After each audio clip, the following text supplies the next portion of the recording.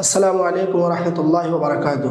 ہمارے معاشرے میں ایسا دیکھنے میں آتا ہے کہ اگر کسی شوہر کی وفات ہو جاتی ہے تو بیوی کو ان کا چہرہ لوگ دیکھنے کے لیے نہیں دیتے ہیں، یا کسی بیوی کا انتقال ہو جاتا ہے، کسی کی بیوی انتقال کر جاتی ہے تو لوگ ان کے شوہر کو بیوی کا چہرہ نہیں دیکھنے دیتے، اور یہ معاشرے میں بہت عام ہے۔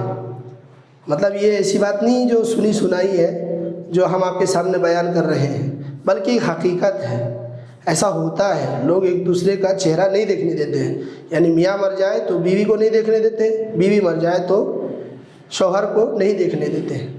جبکہ ہمارے اسلام میں ایسا ہے کہ اگر بیوی مر جائے تو دیکھنا تو یہ بہت معمولی سی بات ہوگی۔ ایک شوہر اپنی بیوی کو مرنے کے بعد ان کو غسل بھی دے سکتا ہے۔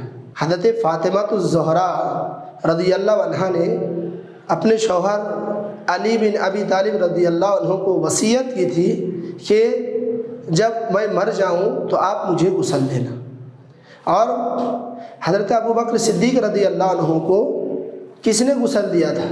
ان کی بیوی آسمہ بنت امیس نے غسل دیا تھا۔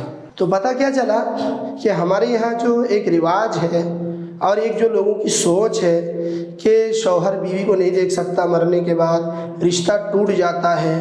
تو دیکھیں ہمارے معاشرے میں کیا ہوتا ہے کہ کسی خاتون کا انتقال ہوتا ہے تو اس کے دیور بھی دیکھتے ہیں، اس کے رشتہ دار، یعنی عورتیں تو دیکھتی ہیں، مرد حضرات بھی بہت سارے لوگ دیکھتے ہیں جو ان کے کبھی کبھی محرم بھی ہوتے ہیں، کبھی کبھی نہیں بھی ہوتے ہیں، مگر یہ اتنا اس کو ایشو بنا دیا جاتا ہے کہ شوہر اس کا منہ نہیں دیکھ سکتا، بلکہ ایسا کچھ بھی نہیں ہے۔ ایک آدمی اپنی بیوی کی وفات کے بعد اس کو دیکھ سکتا ہے، اس کو دیکھ سکتا ہے، اس کو غسل دے سکتا ہے۔ اسی طرح ایک شوہر کے مرنے کے بعد بیوی اس کا چہرہ دیکھ سکتی ہے، اس کو دیکھ سکتی ہے۔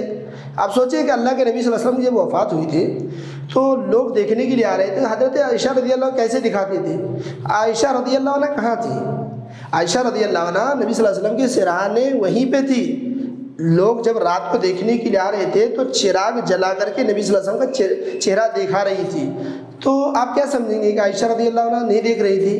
یہ بات بالکل غلط ہے، یہ ہمارے معاشرے میں ایک رواج ہے، لہذا ایسے رواج کو ختم کرنا چاہیے، ایسے رسم و رواج کو بڑھاوا نہیں دینا چاہیے۔ آپ ایک بات سوچئے کہ دو میاں بیوی جو زندگی بھر ایک ساتھ رہتے ہیں، بسا اوقات ان کی زندگی ایک ساتھ 50 سال گزرتی ہے، 80 سال، 100 سال گزرتی ہے، اور مرنے کے بعد ہی وہ ایک دوسرے کے رشتے سے ٹوٹ جاتے ہیں۔ ایسا نہیں ہے۔ اگر ایسا ہوگا تو پھر وہ جو حدیثیں ہیں جس میں یہ بیان کیا گیا ہے کہ آدمی اگر جنت میں جائے گا تو اس کی بیوی اس کی ہی ہوگی وہاں، اور ان کی بیوی وہاں ہوں گی۔ معلوم یہ ہوا کہ کسی کی وفات سے رشتے اور طلاق نہیں ہو جاتے، رشتے نہیں ٹوٹتے ہیں۔ یہ جو رسم و رواج ہے ہمارے معاشرے میں، ان رسم و رواج کو بڑھاوا نہیں دینا چاہیے، بلکہ ان رسم و رواج کو توڑنے کی کوشش کرنا چاہیے، اور ہاں میں ہاں ملا کر کے چلنے کی ضرورت نہیں ہے، کیونکہ بسا اوقات ایسا اگر ہم کرتے رہیں گے تو بہت ساری چیزیں، بدعتی چیزیں ہمارے معاشرے میں رائج ہوتی رہیں گی۔ اللہ تعالیٰ سے دعا ہے اللہ تعالیٰ ہم سب کو رسم و رواج کو ختم کرنے والا بنائے اور سنت پر عمل کرنے کی توفیق دے۔ آمین، تقبل یا رب العالمین۔